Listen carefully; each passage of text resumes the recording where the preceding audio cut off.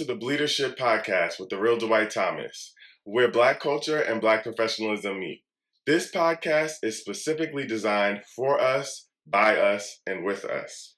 If you're watching this from YouTube or listening to it and watching it from Spotify, make sure you go ahead and click that subscribe button for more content like this. Also, all of my social media can be found in the link tree in the bio. And make sure you tell a friend to tell a friend. We want to make sure that we're spreading Black excellence and continuing to create safe spaces for us as Black people. So, with that being said, I'm really excited to introduce you to today's guest. She is new to you all, but not new to me. She is a good friend, one of my favorite people, my good sis. Her name is Mari Watson. Excited to have you as a guest on our second ever episode of the BLeadership podcast. I'm excited. And let me tell y'all a little something about my sis. So, Mari Watson is a seasoned dancer, choreographer, playwright, and business owner whose career in dance began at the tender age of 3. Trained in classical dance, Mari has worked with renowned artists such as Chrisette Michele, Elle Varner, Exit 21, and Ron E. In addition to her work as a performer, she has made her mark as a choreographer and playwright. As a proud member of Delta Sigma Theta, shout out to the Reds, we love the Reds, you know what I'm saying? And the Actors Equity Association, Mari's Broadway credits include Memphis, Showboat, and 42nd Street. She has used her stage experience to fuel her passion for community engagement, combining the art with youth development. Currently, Mari serves as a director at a charter school network where she oversees multi-million-dollar grants aiming to foster youth services and development. Her ability to seamlessly blend creativity with leadership continues to make a profound impact on both arts and education. I could have cut that. Yeah, listen. A bit long. Listen. And we ain't taking nothing from it because my good sis, she came with the accolades, okay? Thank you. She is an amazing leader, an amazing human, and everything that was named in there needed to be said because the people need to know about the work that you do. Thank you, friends. Yeah. Appreciate you. So I'm really excited to have you here because a lot of my supporters have been asking to hear from phenomenal Black woman leaders. And so you obviously embody all of those things. So as soon as they said that, I knew you had to be on the show. You're the first person that came to mind. And so just to give everybody an overview of what we're going to do today, we'll talk about what's happening in Black culture generally, right? So like what's going on in Black culture and talk about like what we think that's about. And we're going to get into that because there's some weird stuff going on. Yeah, some weirdness right now. Some real weirdness. Then we have a question from the audience on some general advice that we'll answer. And then we'll get into another topic. But at the very end, what's most important is that we'll talk to you as a Black woman leader about your journey as a professional. And then we'll close out by giving some advice to a Black professional in general. Sound good? Oh, sounds great. All right. I'm with it. We with it. All right. So let's get comfortable. So first, I want to talk about the tomfoolery that's happening in the Black community. Just jump in. Okay. I want to jump. We diving right in. Okay. So, a lot of Black celebrities, naming some, Rick Ross, Soulja Boy, to name a few, but Nelly, who is hailing from St. Louis, just like you, have been seen doing some tap dancing for the incoming or the new president, Trump. And really showing out. And so I would like to hear from you about how does that impact you? Like, what do you think about Nelly as someone who's coming from your community, a Black man from your community, actually getting on stage and performing for somebody like Trump? Yeah, where do I start? So I would say in general, like most people, I'm appalled. Like, I was definitely taken aback. I think the timing of all of this is also really intentional. Like, it's like right before the inauguration, we're all got anxiety. Mm-hmm. We all may be dealing with our own emotional, feelings from what's about to occur. And then to see people that you have respect for and their artistry to now be aligning themselves with this administration is disappointing, to say the least. And like, even you didn't say Snoop Dogg, but I'm gonna just throw him in there because he was Uncle Snoop, but now he just Snoop Dogg. I mean, the hypocrisy was very clearly shown on social media, right? calling people out, calling them coons and jigaboos, to then turn around and be performing. Just kind of, for me, overall, speaks to how we can be inconsistent and flip-floppy, and then you wonder why. Right. And the why is usually tied to a capitalism and a financial benefit. And so I would say, like, as it pertains to Nelly specifically, I think it's like more deep-rooted for me, because being from St. Louis and knowing, you know, all that Nelly represents for like my, you know, community in the Midwest, and all that he has like done and been through and probably overcome, being from, you know, U City, St. Louis, you know, it's a very poverty-stricken community. And so when you think about the opportunity he's been given and like how we championed him, you know, like the Black community, we're the reason you went diamond, because we've invested in you, and continue to invest in you. It's been a huge letdown. And I would say too, like, just one thing I want to note, like, he is from Missouri, St. Louis, which was one of like the last places to stop legalized slavery. Like, we were selling slaves. We were one of the last states to do that on the courthouse steps, to like stop it. And so the impacts of that still are represented very deeply in that community. There are still sundown towns. And so it's not shocking, but it's sad. It's disappointing. It's disappointing. And you know, you touched on capitalism, and we're not going to get into the Beyonce conversation about capitalism because that got crazy, and y'all like to tussle, and you know how to be happy. I am not doing that. I don't want no smoke. But you know, a lot of people talked about how Black artists, specifically in that conversation about Beyonce, Black artists are really subscribing to like capitalistic practices and don't necessarily care for the community. And my argument has always been like, anybody who's a millionaire is participating in capitalism in America. So, and I think, while I think the conversation about Beyonce and capitalism is relevant and poignant, I also think she's opened up doors for many Black artists and created spaces for many Black artists. Right. And so where do we draw the line around what's acceptable and what's not for Black artists when it comes to the Black dollar? Because to me, a lot of these people sold their soul for a little cash. You know what I'm saying? Like, they were willing to get on stage and perform in a space where they know they're not welcome. And to put on a show, because I call it a show, for them people. And so where do we draw the line as people around capitalism and where money kind of like goes for us, right? Because we also are survivors, right? We have to make money to survive. So where do we draw the line?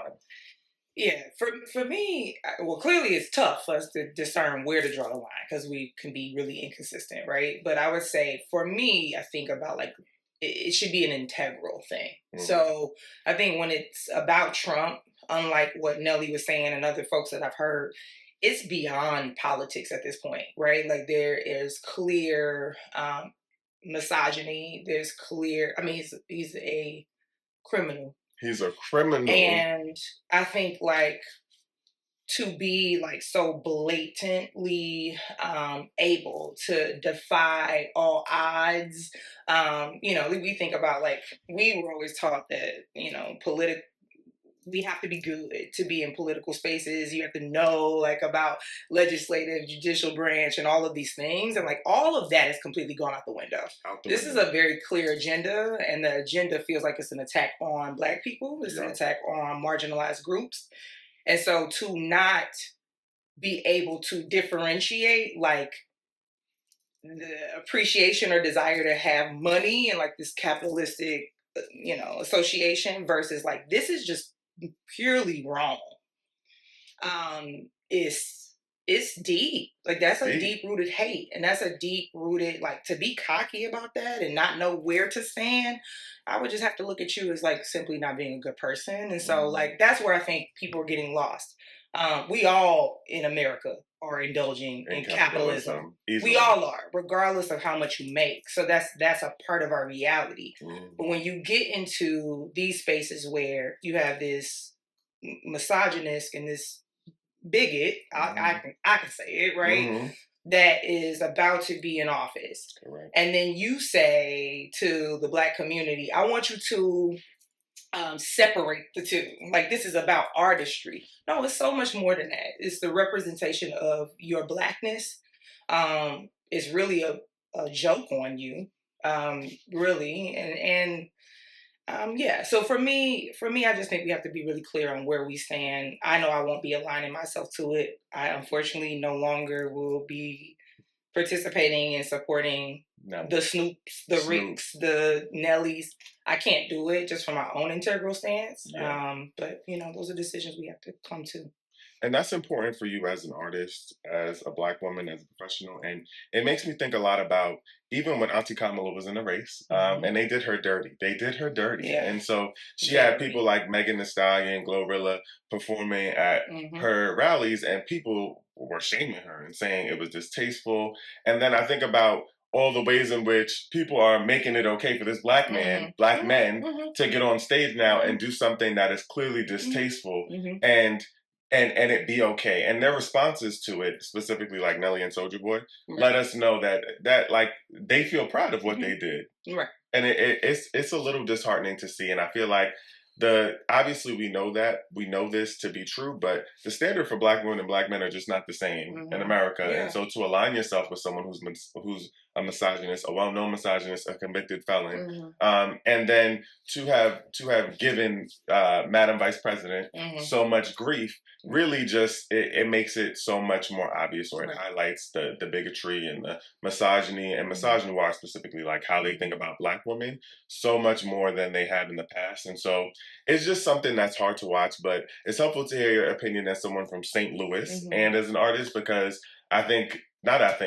as an artist, you also have a platform, right? And you also have a voice, and through artistry, you can make waves. And so to see people using their artistry, especially Black people, in a way that negatively impacts the Black community, it's sad to see the younger Black artists watch that and think that that's the standard. And also just be disillusioned by it, because art is a symbol, right? And so it's a symbol, it's a form of communication. And so to play with people, to play in people's face, to pretend like we can't see what this symbol is for you as a Black man to be chosen to perform.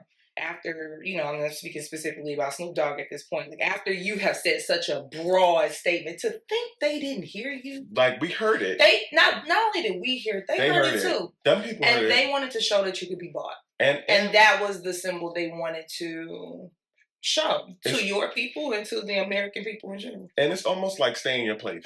Yeah. It gives Massive telling you to stay in your place because you caused this scene, but guess what? You're still not too good to get on the stage and tap dance. You can be bought. You can be bought and you can be sold. And I think, like, to me, I think you made a really good point about like the differentiation between Kamala and all of the woman artists, right? That were, to me, like a symbol of like, I am a free woman. I express myself. I'm confident.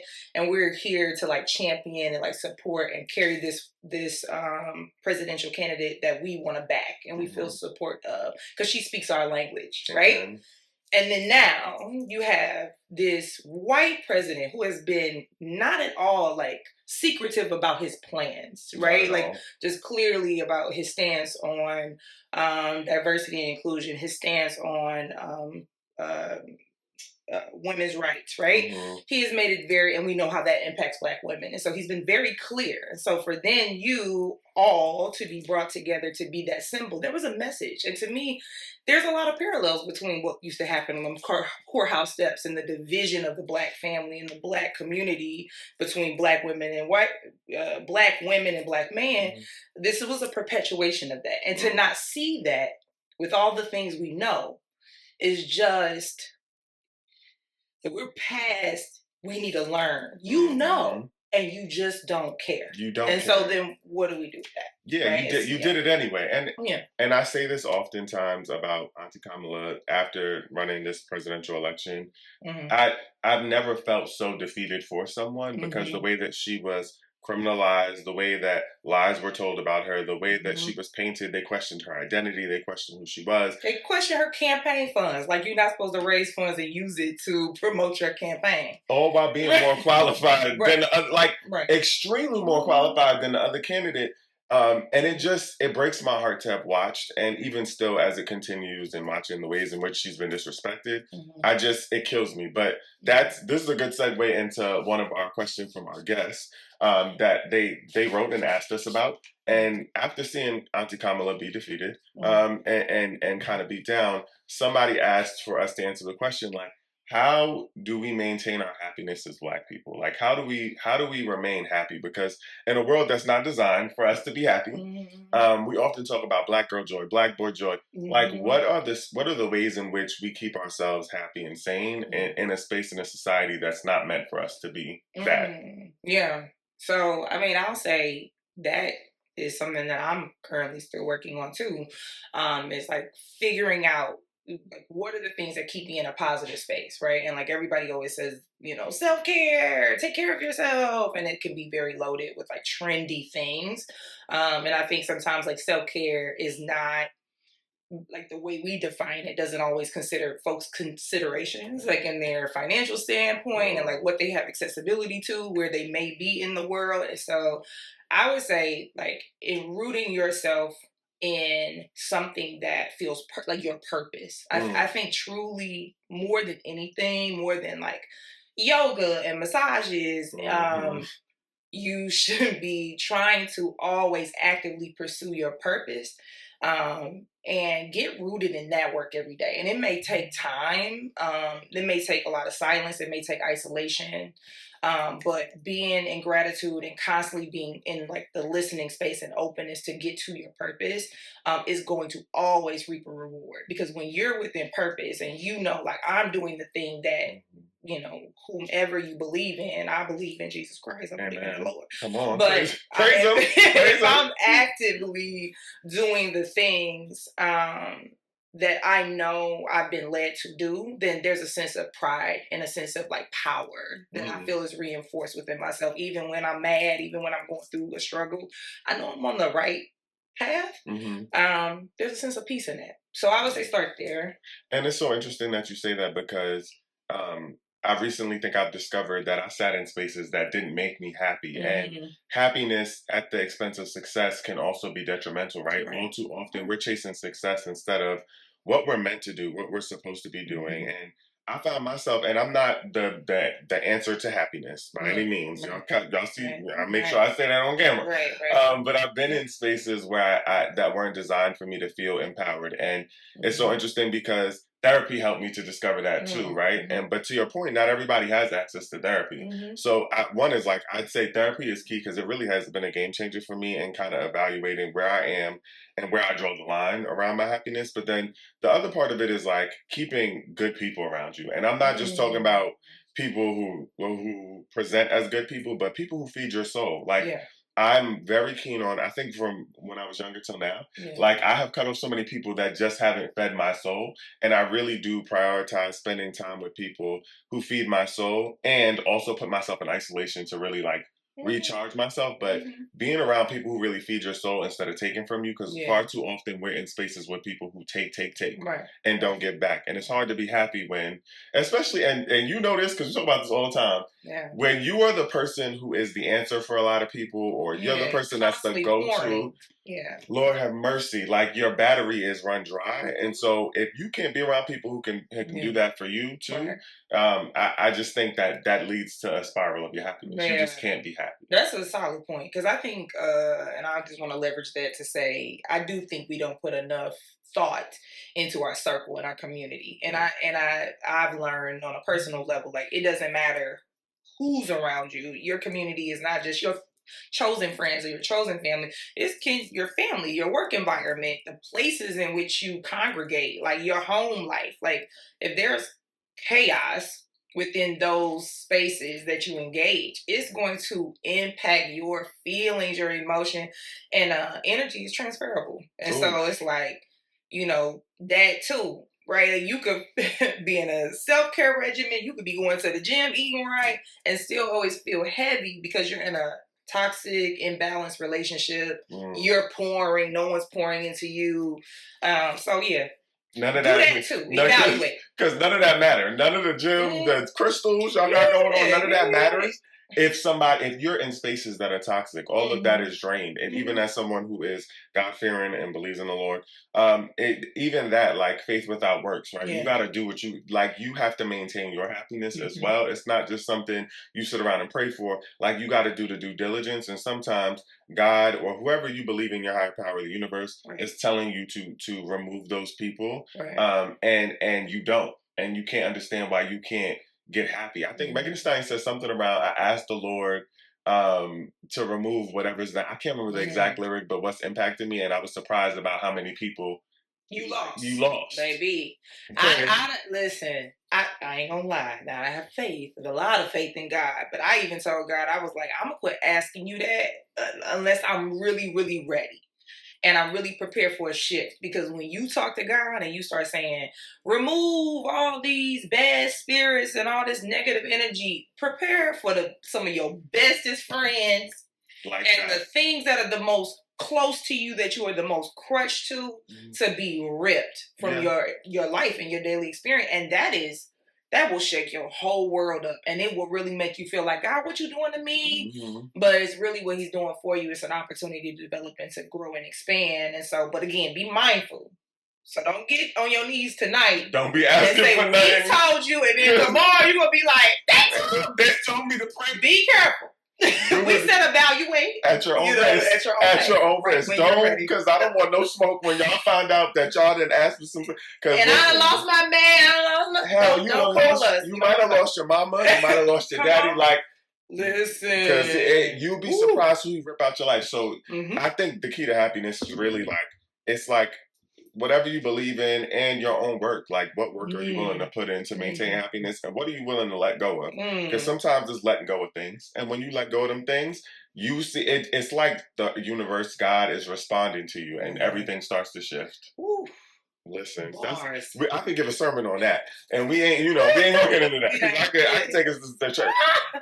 But another important topic, and it's so hard for me to stay on track because our conversations are always so organic, but something that I've been thinking a lot about, and this is just in general, as someone who's an influencer on TikTok and all of the things, we've seen some really harsh conversations around social media. They banned TikTok the other day. I had a stroke. I know you was checked. Yeah, you checked on me, and you a real one for that. You all right? Sending me the screenshot. I'm on while trying to maintain. So they gone. They just like that. And so you a real one, and it was really, for a lot of people, it really did shake them up. And then we hear conversations about Meta and how they're pulling back or scaling back on their DEI initiatives. And I really just want to talk about, like, what role does social media play in the Black community? How does all of this impact us? All of this chaos that's happening with the TikTok possible ban, and as someone who is a TikTok fanatic, and Meta basically saying they don't got no space for the color folks no more. What are the ways in which you think that's going to impact the Black community? So this is a deep conversation, because I think the way in which this is being marketed, like DEI is being branded, is very misaligned with what DEI really represents, right? And so I think, like, you have to go to answer the question. I think you first have to go back to, like, what is actually being dismantled. So first of all, DEI is essentially affirmative action, and it is programming and opportunity and access for Black and brown people or marginalized people that have not always had opportunity and access to things in which they are qualified for. So whether that be scholarships, whether that be job opportunity, whether that be like certain schools and just pipelines to certain careers, whether that be like equity for folks that are, disenfranchised in whatever way that may be, that have biases. It could not even be about race or gender. It could be about your physicality, right? Like people that are disabled, right? So what this president is saying, along with these large corporations that we consume and like spend a lot of money in, they're saying, we want to keep your vote, we want to keep your money, but we want to let you know that we don't have any accountability to create that continued access. So whatever you've been profiting from, or whatever we have been having to like guidelines we've been following in the past, that's done. Mm-hmm. We don't care about that. Mm-hmm. And I think how that plays into social media is just that continuation of like, and we're going to see it across everything. Like Target just made a statement, right? All these places where we have contributed in some form or fashion, whether it's related to culture or our money, they're letting us know what they think about us. And so I think it's going to impact us greatly. I think the bigger question is like, what are we going to do in response to what they're telling us? Because they telling us, fuck you. Yeah, that's exactly what they telling us. You created this thing, you largely contribute to this, but fuck you as a human. And right? And so, what you represent. And I don't owe you shit. And I don't owe you shit. And the thing is, and what's crazy about it is I keep having this conversation is like DEI has also been weaponized against us. And also has even when we think about affirmative action, has benefited white women more than it's benefited anybody else. And at the same time, the way that they understand it to be is that Black people specifically are benefiting, and they want to keep us in our place. And so, what I often think about is like, eventually, let it play out because eventually it's going to come to a head. Yet, Black culture has been the foundation for everything that folks do. Black music, Black clothes, Black fashion, Black dance, like just all of it. And so, to say that you want to keep people at bay, like you need the Black dollar. But to your point, it's like, what do we say to the fuck you? How do we respond to that? Because if we continue to support these initiatives, a lot of people are saying, boycott Meta and so on and so forth, like all those things. And it's like, yes. And the thing about social media also is that some content creators have made their livelihood off of these things, right? Even with Target putting Black-owned clothing in their store. Now, do I think them pulling it off the shelf is going to help them? No. No, because eventually you're going to realize you need us. But I do think that in a lot of ways, it is again trying to put Black folks in their place. And I think that's the part that's going to determine, like that piece you even said about pulling Black partnerships, changing like how much money color people. Because at this point, I feel like that's what they call it. The colors. How much we gonna get these niggas? Right. But how much are they gonna allow us to continue to have this access is gonna be the question. I think the thing is though, right? Like that statement of like they gonna figure it out. Mm-hmm. I don't know because there's always a Nelly and there's always a somebody. That's a good point. That behind the door will be like, I'll take it. You literally. Give it to me, master. And it's like, and I think that's the plight that we have to, that I'm the most concerned about.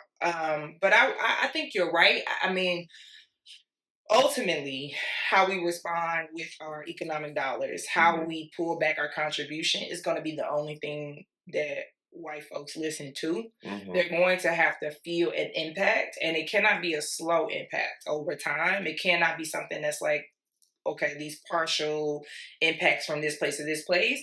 It has to be something like truly strong and aggressive message.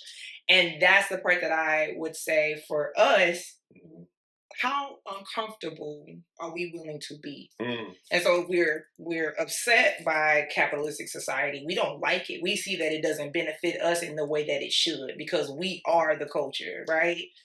We don't like it. But then when it comes to, are you going to stop buying your candles at Target? Are you willing to stop going there on Sundays and getting your products to clean your house? How uncomfortable are you willing to be in this discomfort? Like, how far will you take it?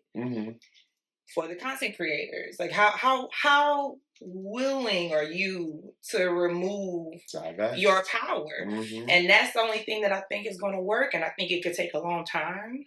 But if we don't do it, I would be honest to say that I think we're going to have not only a long 4 years, but the continuation of that impact is going to set us back. Yeah, definitely. And I agree. I think, and then to your point, as long as there's jigaboos like Snoop Dogg, tap dancing and shucking and jiving, what does that mean for the Black community, and how does that set us back even in those spaces? Because we can protest, do all the things, but when there's somebody who's always willing to be the colored folk in the space, what does that mean for us as Black people, and how does that impact us? And accepting. And this is not the first. Just to be clear, this is not the first presidential candidate or president who didn't like black people. None of them No, like of black course not. people. Yeah. Don't none of them like us, right? Like this is not Yeah, new.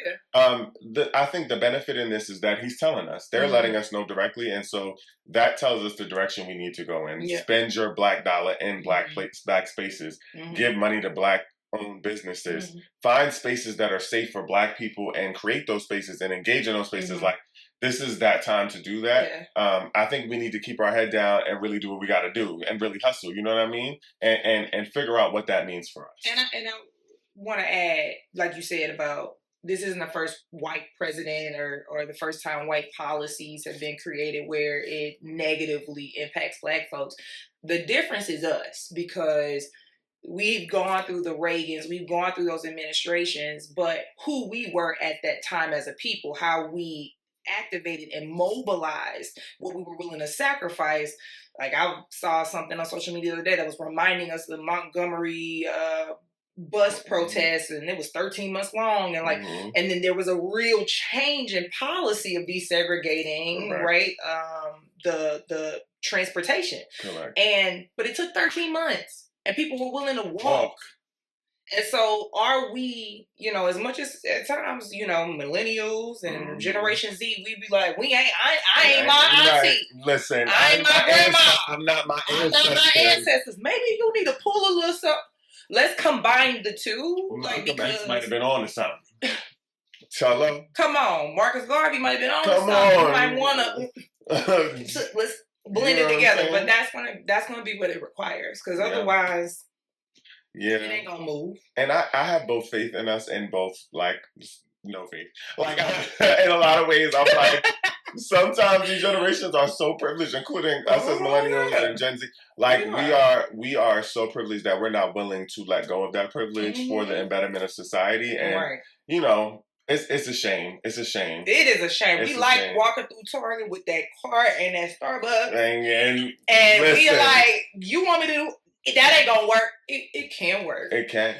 It could work, and that's when I talk about Marcus Garvey and like that I'll just even say like Elijah Muhammad and like the NAACP during that time, they understood that it is possible that black people truly can have their own, and it wasn't even all spirited in rebellion. That's stuff that white folks taught us. You gotta be a rebellious. It's nothing rebellious about my honor and like what I contribute to this space. I'm not being rebellious. Yeah. I'm standing up. I'm literally just standing up for myself. My chest ain't even poked out by simply saying to you that I deserve this for this. That's equity. And I'm not begging you for it. You're not doing me no favors. This is basic human rights. Y'all ain't doing nothing extra. We don't need to beg y'all for nothing. And that's what it comes down to. Yeah. The narrative has then turned into y'all colored folks getting a little too rowdy.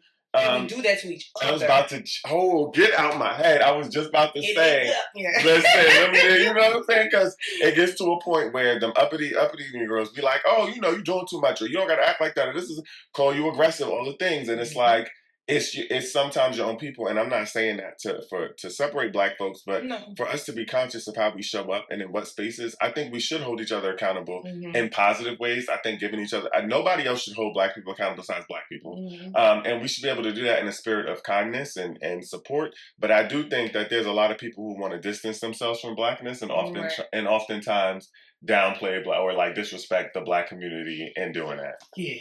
It's a scary world. Yeah. But that is a good transition into our next segment where we get to talk about you. I'm really excited to have you here because I've worked with Mari as black leaders in a few spaces. We've been partners, colleagues, all the things, especially in education where it's really hard. And so I know I've seen it. We've gone through it together. We were in it together at the height of the pandemic, where schools had to be remote, and George Floyd was murdered by the police, and folks were looking at us. But I want to begin by you telling us, like, what do you do? What are you the leader of? What do you do for a living? Wow, what do I do? Okay, so in a nutshell, I'm gonna say this, and don't judge me too hard. I'm not here to judge. Don't judge me too hard, but I'm a Gemini, right? Oh, as a Gemini person who like has a million different ideas and thoughts. I do so many different things. I'll start with like my day to day, like what I'm fully invested in right now is that I work at a charter network, as you said. I'm a director of youth and enrichment programming. So essentially, I work with like a couple different funders and partners who require us to meet compliance requirements to provide services to young students. And the students are K through 8th grade. So essentially, I oversee like and ensure that we have like culturally influenced and like thoughtful youth programming that can expand from like physical activities. It can be like competitive sports. It can also be STEAM and like all of the like fine arts and performing arts programs that you can imagine, to ensure that like kids are like building that additional skill outside of their traditional academic classes and courses, which like if you know me, you also know clearly like in my bio, like arts has always been a part of my life. And so like, and I say to people like extracurricular programs is what saved me. Like I was decent in school. I liked school for a period of time. And then I had like a rough patch in middle school, like most kids do. And my identity was really steeped in like dance and arts. And I found those opportunities through youth programs like the ones that I oversee now. And so like, that's what I do, but it's also like a passion project still too, like because I feel like I'm paying it forward for what I was given. So that's my day to day. But I would be remiss to not say that I also have a company. It's called How to Dance, where I've done dance education. There was a period of time where I was in a partnership in a dance studio in the Bronx. And so I've also written a play. And so the play is really steeped in like things that young people experience in their homes.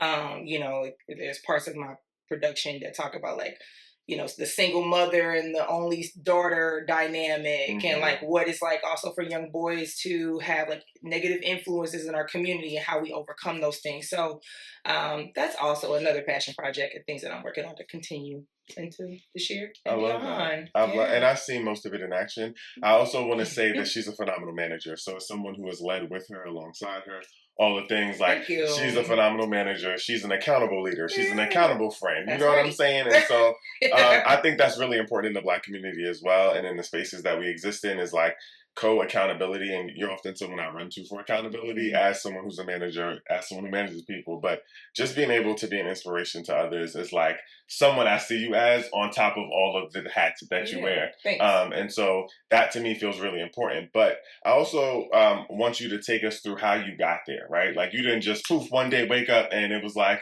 here I am. Take us on your journey to Black professionalism, Black leadership. How did you become successful? So I would say it was kind of like a disjointed process. Being from St. Louis, Missouri, I grew up in St. Louis, danced, was always in arts and production, went to a ballet conservatory at University of Missouri, Kansas City, which is in Missouri. So I was able to do like in-state funding.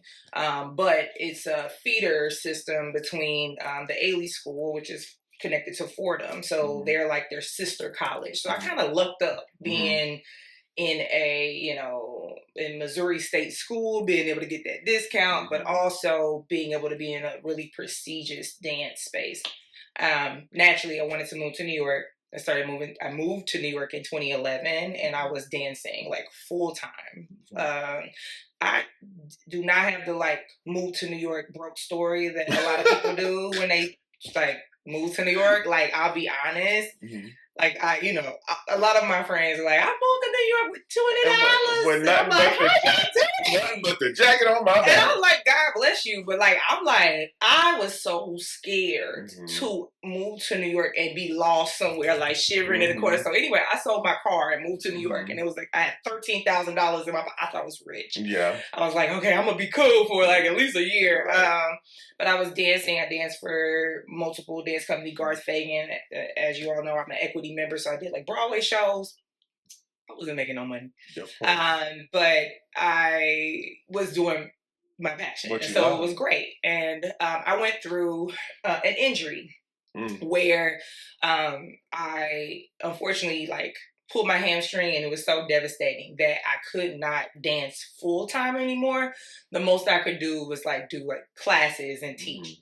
And I felt like God was like shifting me at that moment. Mm-hmm. I think I was getting a little ahead of myself. Like I was really in that commercial space, working with artists. Like I was in the world. And he'll tell you, and right in the world. Listen, I was in the world. I was feeling myself. I was Mm-hmm. like, you know.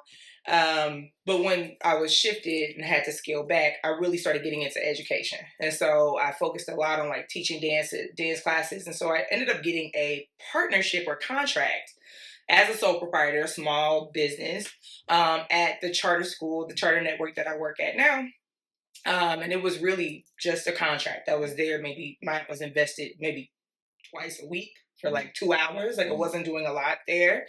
But I've always had a leadership quality about me. Like that's just my personality. Like I'm innovative, I'm creative. I like to fix puzzles. I'm solutions oriented and driven. And I'm, you know, like I'm future forward thinking. And so I think naturally when you're that way and you're not shy to exude those qualities, people will find things for you to do. Correct. Like they want to pull that energy in. And so slowly but surely, I started to get offered more opportunities. I found myself, like, of course, always open to more money. And so I found myself in a program coordinator role within the organization that I was working for. I moved up to program manager. And then during COVID, there was an opportunity for me to take my boss's job, which folks weren't happy about because his role was a more senior role. Like he was working at the management office. He didn't have to come into the schools and like deal with the nitty gritty of like working with kids and like having to actually like do the on hands work every day. And so like there wasn't also at that time, the management office was kind of small. Smaller, yeah. I want to say like of the entire management office, it probably was like what, 2% Black people? If that, right? So like, you know, me now shooting for the opportunity to like apply for a role that I had never done before that was more senior without like really a formal trajectory to a director level role that was overseeing multi-million-dollar grants and like the compliance and all. I didn't have the background formally, but I knew the work. And I applied for it. I got the opportunity. And I've been doing it ever since and just continuing to grow and scale.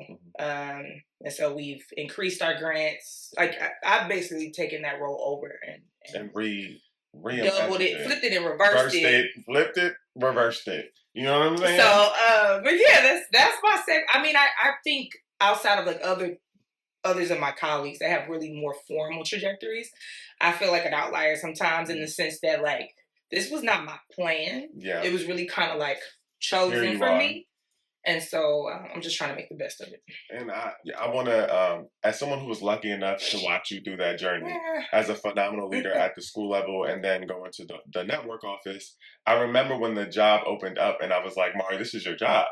This is your job. I remember talking to people at the network and this is her job. Like, and everyone saw it. It was like everybody knew that you were the person for the role. I'll never forget it. And then eventually when I transitioned to being a colleague with you at the central office, network office, everything that you told me had been made very clear about being an outlier and the few Black people that exist in that space and having to create safe spaces for us. But I think you also paved the way for a lot of Black folks to be in that space and to feel comfortable. And it was hard then. It was nobody talked about how hard it was then, especially when you went and at the height of COVID.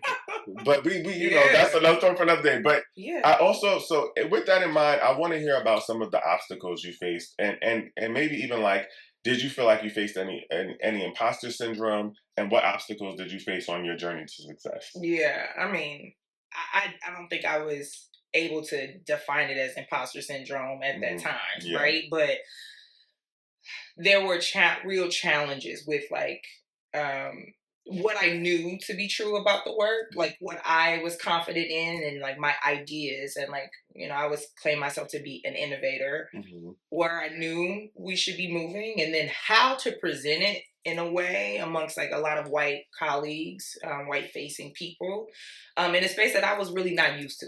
Like I was used to my whole life I've mastered dance and art that is really subjective, right? Mm-hmm.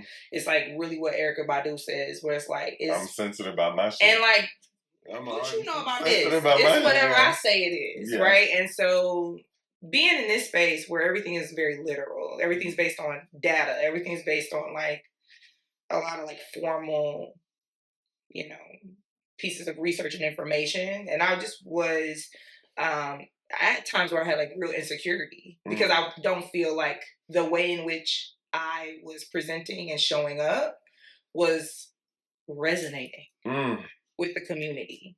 And there were choices that I was trying to do and present that at times didn't land. And so that did create like some sense of imposter syndrome for me for a long time, where I was trying to pivot how I presented information to like, maybe it will resonate more this way. And over time as a leader, I just learned that you're damned if you do, you're damned if you don't. Like there really is a sense of self-worth and like confidence you have to have, and you have to just be stuck in that and rooted in that. So it took me time to get there. And I also think to some of what you were saying is like, some of those spaces try to force you to code switch.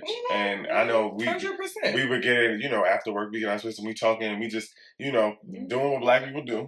And I think about so many times where it felt hard in those spaces. And as someone who was listening to you share the information and the data and the things, and it felt crystal clear to me. I'm like, yo, she's saying it. I get what she's saying. Like, if she said it that way, you know what I'm saying? Yeah. I just remember like that feeling of it. It's almost like it's a loud silence that you see on people's faces as they try to respond to who you are versus what you're saying.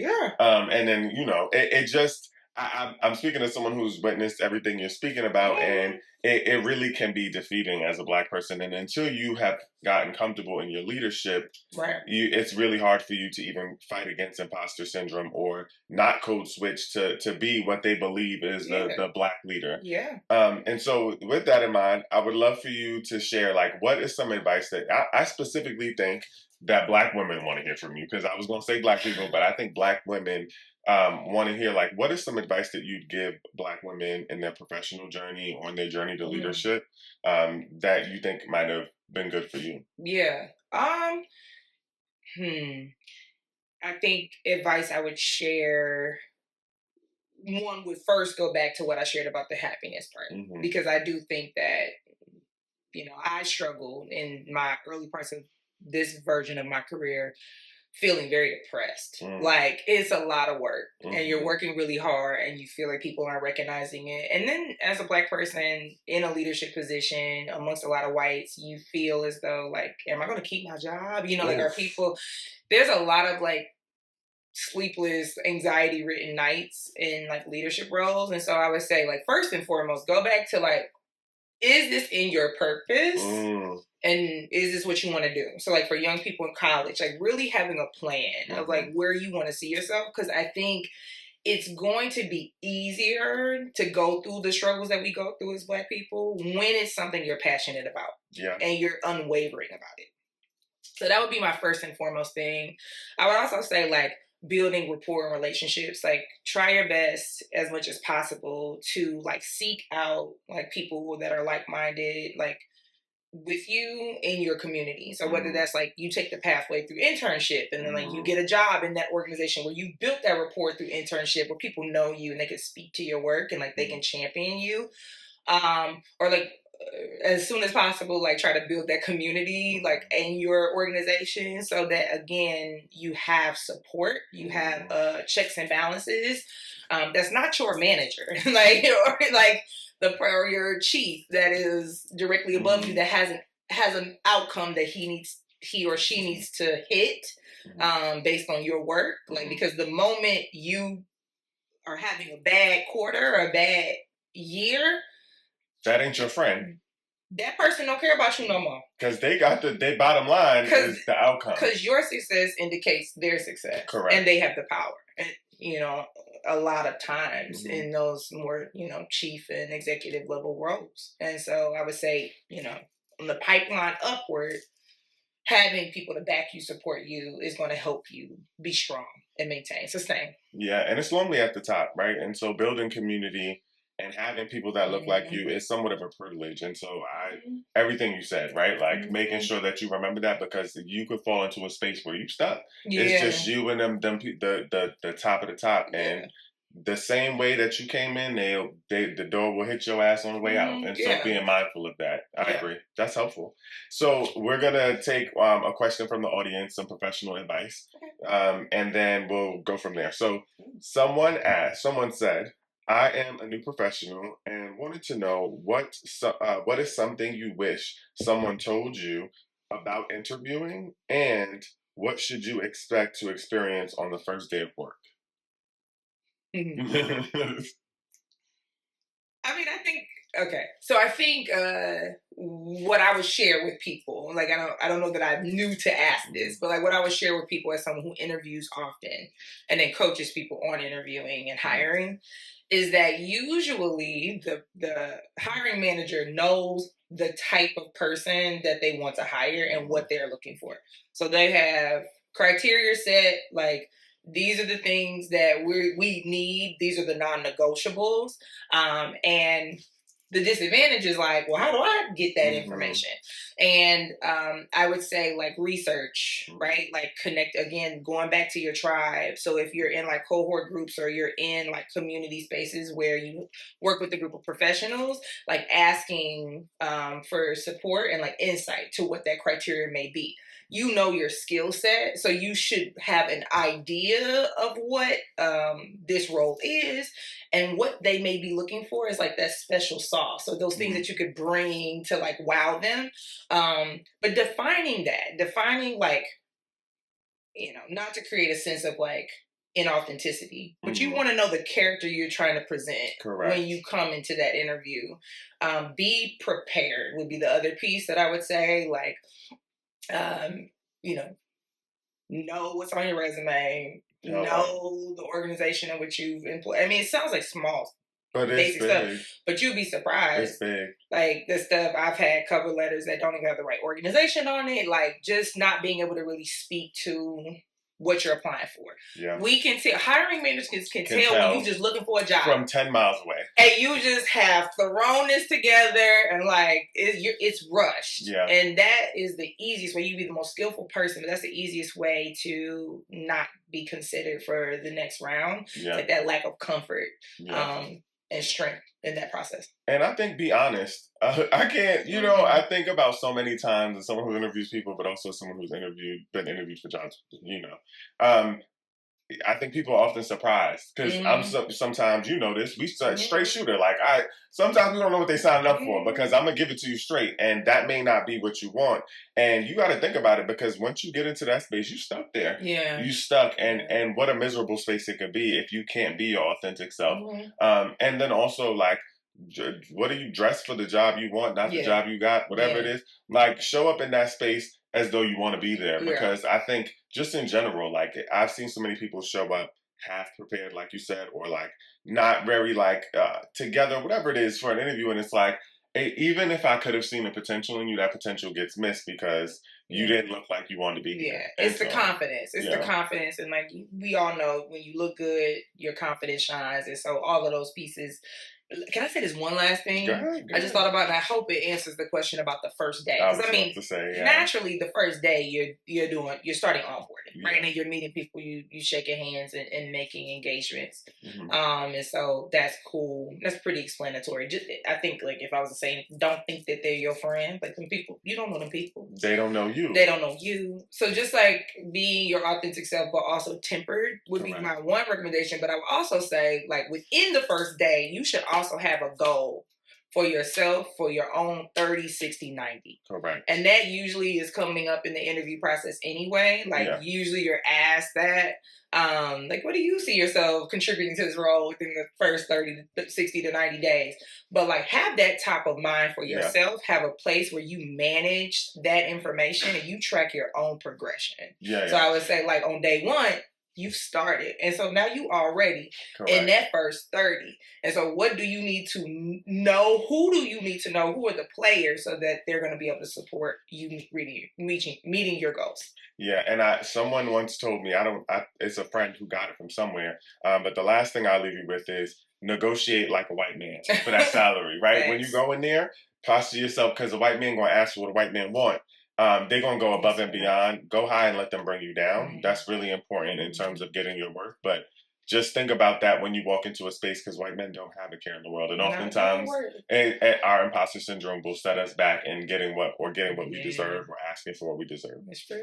So with that in mind, we're closing out today's episode. I'm really excited that you were able to join me. I forgot we was doing a podcast for a minute. We're all the way over time, but I'm really happy to have had you here. I'm really excited for people to hear about your leadership story, and just to be able to hear from Black women who represent excellence and who have done the work.